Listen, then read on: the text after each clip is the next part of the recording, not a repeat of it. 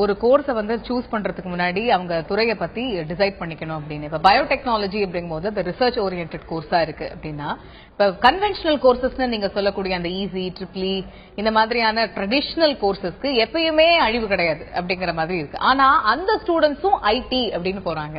அப்ப அந்த கோர் அப்படிங்கிறதுக்கான அந்த வேல்யூ எங்க சார்? இல்ல கோர்னா நீங்க நினைக்கிற கோர் வேற, நான் நினைக்கிற கோர் வேற. இப்ப ஐடி இல்லாத ஏதாவது ஒரு துறை முன்னாடி வருமா அப்படின்னு பாத்தீங்கன்னா கிடையாது. இப்ப நீங்க உங்க டிவி வச்சிருக்கீங்க, இந்த டிவியில பாத்தீங்கன்னாக்கா ஐடி இல்லாம அந்த டிவியே நகர முடியாத ஒரு சூழ்நிலையில இருக்குது. ஓகே.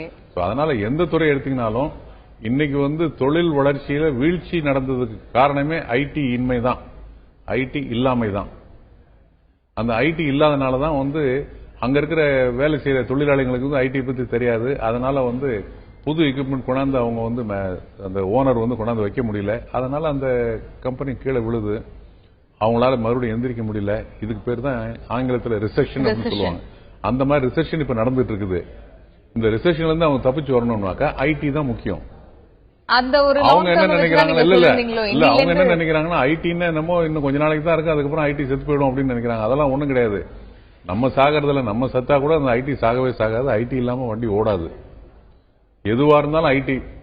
இன்னைக்கு இப்ப நம்ம வீட்டுல இருக்கிற குழந்தைங்க எல்லாம் பாத்தீங்க, அவங்க வச்சிருக்கிற ஐடி சாதனங்கள்லாம், அவங்க பயன்படுத்துற ஐடி சாதனங்கள்லாம் பாத்தீங்கன்னாக்கா அதுக்குன்னே தனியா படிச்சுட்டு வரணும் போல் இருக்கு. அந்த அளவுக்கு வந்து டெவலப்மெண்ட் வந்திருக்குது. சோ ஆகையினால வந்து அழிவு கிடையாது, ஐடிக்கு அழிவு கிடையாதுங்கிறது ஒண்ணு. ரெண்டாவது, நம்ம அதை தெரிஞ்சுக்காம இருந்தா நமக்கு அழிவுக்கு சீக்கிரம்.